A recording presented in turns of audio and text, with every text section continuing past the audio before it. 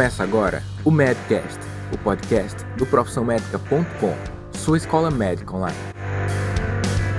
O Medcast é um conteúdo exclusivamente voltado para médicos e estudantes de medicina interessados em atenção primária à saúde. É produzido pelos médicos Daniel Coriolano e Roberto Ribeiro Maranhão, o Bob. Olá, amigos do Medcast, Bob aqui com vocês novamente. E para finalizar a nossa rodada de entrevistas, que teve como mote inicial o Fórum sobre a Epidemia de Chikungunya, organizado pelo Conselho Regional de Medicina do Ceará. Eu estou aqui com o professor Luciano Pamplona, professor do Departamento de Saúde Comunitária da Universidade Federal do Ceará, que teve uma participação muito importante no fórum, trazendo aspectos epidemiológicos e também, para mim principalmente, inclusive foi um dos destaques pelos quais nós fizemos um adendo no podcast que nós fizemos em 2016 sobre chikungunya, trouxe um outro panorama, principalmente no que tange a taxa de acometimento das pessoas que são acometidas pelo vírus e que vêm a desenvolver sintomas, a chance desses pacientes se cronificar e até mesmo a questão das mortes relacionadas por chikungunya. Então, assim, é um panorama que não está aberto, e que durante essa conversa aqui nós vamos trazer elementos, para alertar todos os profissionais que estão lidando com essa situação da real gravidade que é essa epidemia de chikungunya, e do quão é importante que nós tenhamos ações efetivas no nosso dia a dia, tanto na nossa prática clínica, como também dentro do contexto epidemiológico de vigilância e tudo mais.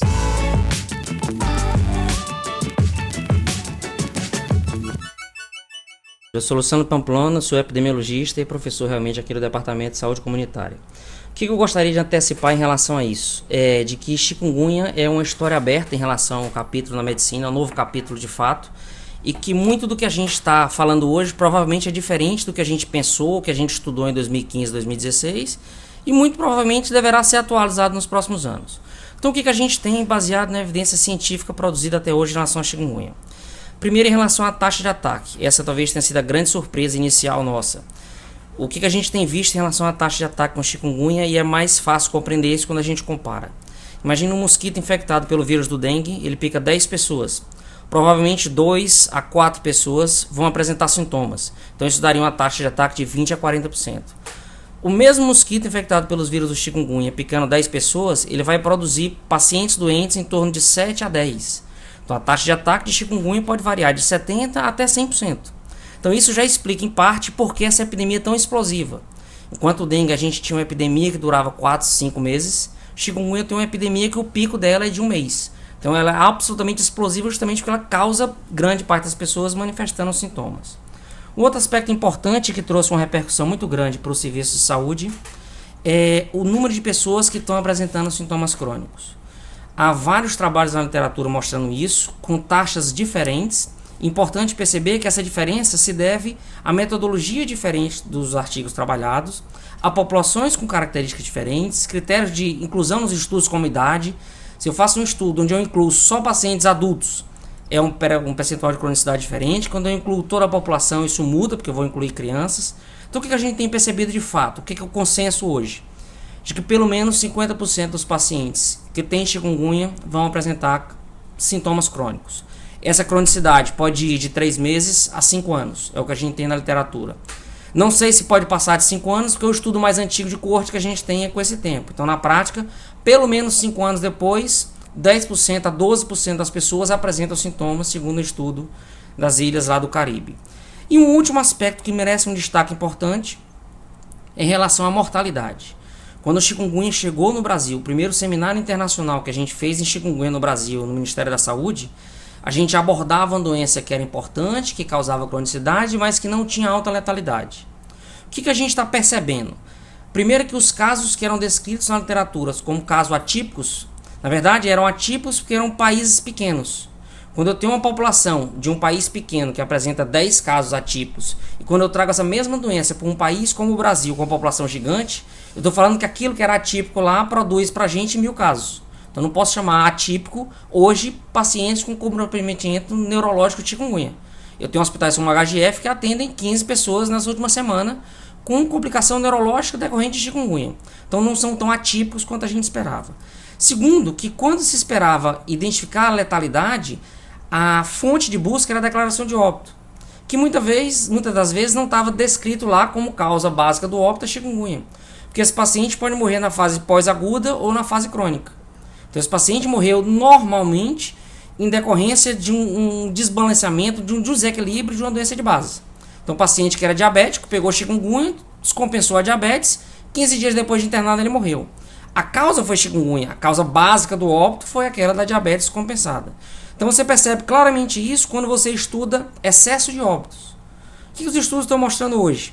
A gente pega a epidemia de chikungunya em uma determinada região e vê quantas pessoas quantas pessoas morreram naquele determinado local, naquele ano. E compara com a média histórica do número de óbitos. O que a gente percebe é um excesso de óbitos em relação à frequência esperada. Eu não posso atestar que esses óbitos são decorrentes de chikungunya. Mas parte importante desses óbitos ocorreu na população idosa, que é o nosso principal público-alvo para a letalidade, e ocorreu concomitante à epidemia de chikungunya. Então, muito provavelmente, a gente tem muito mais óbitos do que o sistema de saúde consegue captar como suspeito de chikungunya. Todas essas nuances, elas fazem com que, dentro de uma perspectiva de atendimentos, né, e aí assim, o público-alvo, né, principal do nosso podcast são estudantes de medicina e médicos recém-formados, né, então é o público que nos assiste mais. Então, assim, há de se esperar que, não somente agora com a redução do número de chuvas, mas que no próximo ano, né, nós ainda continuemos a ter casos de chikungunya. Afinal de contas, a tendência, né, dentro dessa taxa de ataque é que praticamente toda a população seja acometida, se não houver realmente alguma forma de controle, né, visando realmente de reduzir a transmissão, e principalmente de termos que dar conta, uma realidade atual já, né, de pacientes que vão se manter crônicos, que vão evoluir com a cronificação desses sintomas, né? E assim, em termos de impacto a nível de atenção primária, a nível de sistema de saúde, porque uma das coisas também que foi colocado no fórum é que aparentemente ainda não se reconhece que nós vivemos uma epidemia. E aí eu queria assim que fosse colocado isso, até porque muitas vezes a pressão do profissional de saúde enquanto assim, demandar estrutura ou demandar condições para poder dar conta desses atendimentos também se torna importante, né? Acho que a sociedade como um todo ela deve fazer essa demanda, mas o profissional ele também tem esse papel, né? E assim, e o cenário que está colocado é de uma epidemia. De que formas talvez assim os nossos ouvintes, né, as pessoas que estão, né, recebendo essas informações, elas podem estar se comportando dentro da estrutura de um serviço de saúde em relação a essa futura demanda aí, ou atual já de casos crônicos e contínuo aparecimento de casos agudos. Mais uma vez eu vou comparar com dengue, que é a forma melhor da gente enxergar. Dengue nós tínhamos uma epidemia historicamente marcada, que começava em torno de janeiro e fevereiro e até abril, maio. Segundo semestre você não falava em dengue.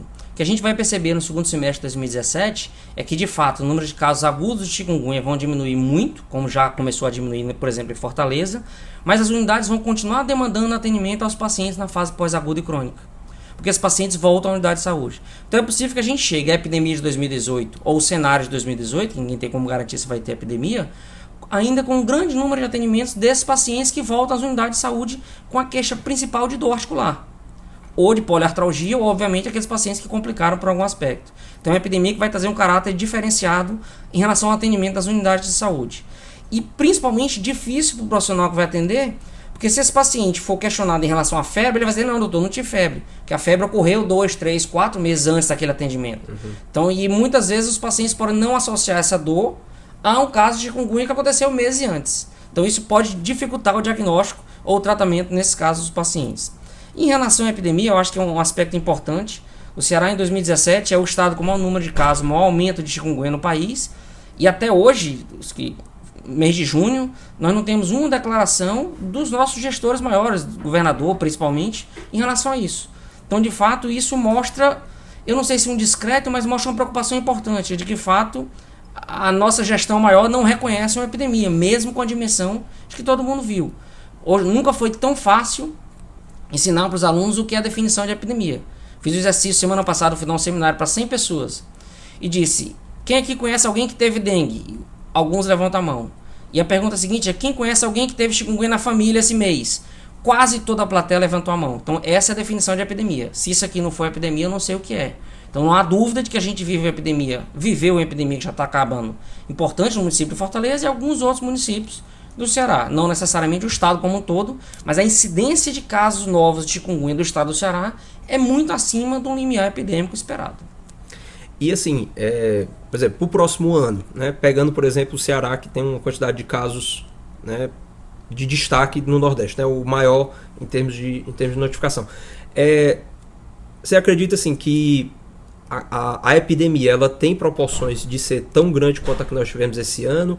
Ou talvez, partindo desse pressuposto que 50% até 100% da população, né, dependendo da região em que você analisar, vai ter sintoma?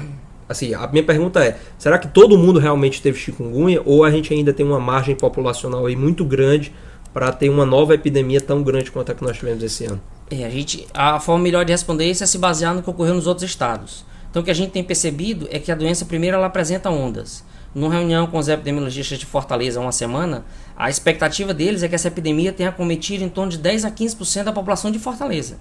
Então a gente ainda teria uma massa de susceptíveis razoável para epidemias. E nos outros estados o que a gente percebeu é que a epidemia de chikungunya ela se apresenta em ondas. Quanto tempo eu vou demorar entre uma onda e outra vai variar. Porque o que a gente percebe hoje é que parece haver uma competição desses vírus em relação ao mosquito, que é o mesmo. Então há uma impressão, por exemplo, que Fortaleza teve a epidemia esse ano, enquanto a maior parte dos estados teve em 2016, porque em 2016 nós tivemos uma epidemia importante de dengue aqui. Então uma competição pelo vetor.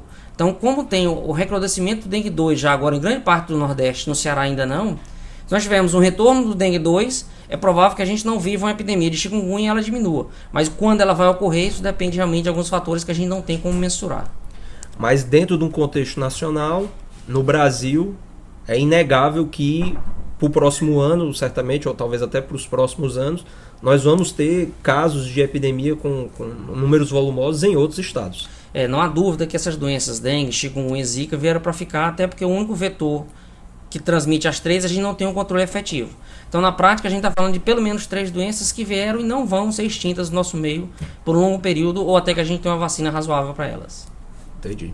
Por último, eu queria só finalizar assim, com um pequeno adendo, que lá no fórum também foi colocada a questão das sorologias, né? E que, na verdade, existe uma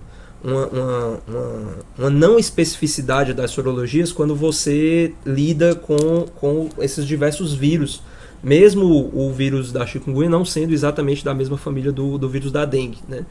Isso também dificulta essa questão de você prever a susceptibilidade da população. Quer dizer, eu não tive sintoma, você teve, né?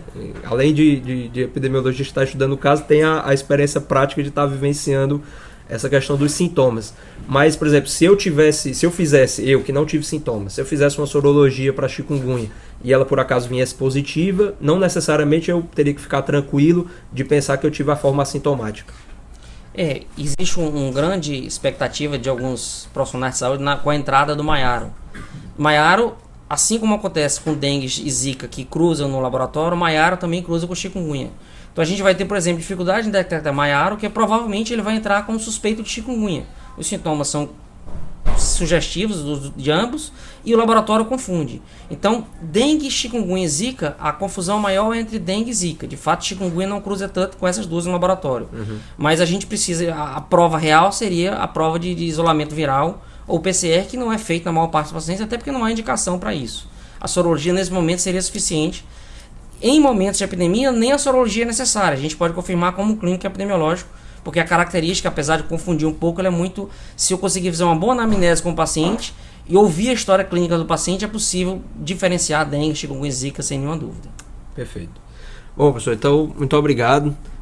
Então, pessoal, assim, nós encerramos trazendo as diversas nuances, né, que foram percebidas durante esse fórum e eu acho que o principal, acho que a principal informação, né, o principal destaque, eu acho que nós temos que fazer foi, como o professor Luciano iniciou, que é assim, nós ainda estamos lidando com uma situação nova, né, nós não sabemos o que está por vir nos cenários futuros, mas que deliberadamente nós não podemos subestimar essa doença, nós não podemos subestimá-la nem dentro do aspecto epidemiológico, nem dentro do aspecto clínico e nem muito menos no aspecto de tratar de forma adequada esses pacientes. Então, agradecer, e esse vai ser o nosso fechamento, né? Vai ser o nosso fechamento a respeito desse ciclo de entrevistas que nós tivemos. E no futuro, se houver o segundo fórum, né, que nós acreditamos que haverá, né, o fórum que teve no CREMEC, ele foi o primeiro, então possivelmente haverá outros fóruns. Nós esperamos tentar trazer uma cobertura para estar colocando essas novidades, já que é um contexto muito dinâmico e é importante sempre a gente estar se atualizando das informações mais novas, inclusive do manual novo, né, do Ministério da Saúde, que saiu agora muito recentemente, né, o professor Luciano inclusive foi colaborador, né, do seu conteúdo, e que nós vamos deixar o link aqui na descrição do podcast. Então, obrigado e até a próxima, né, talvez com o mesmo tema novamente.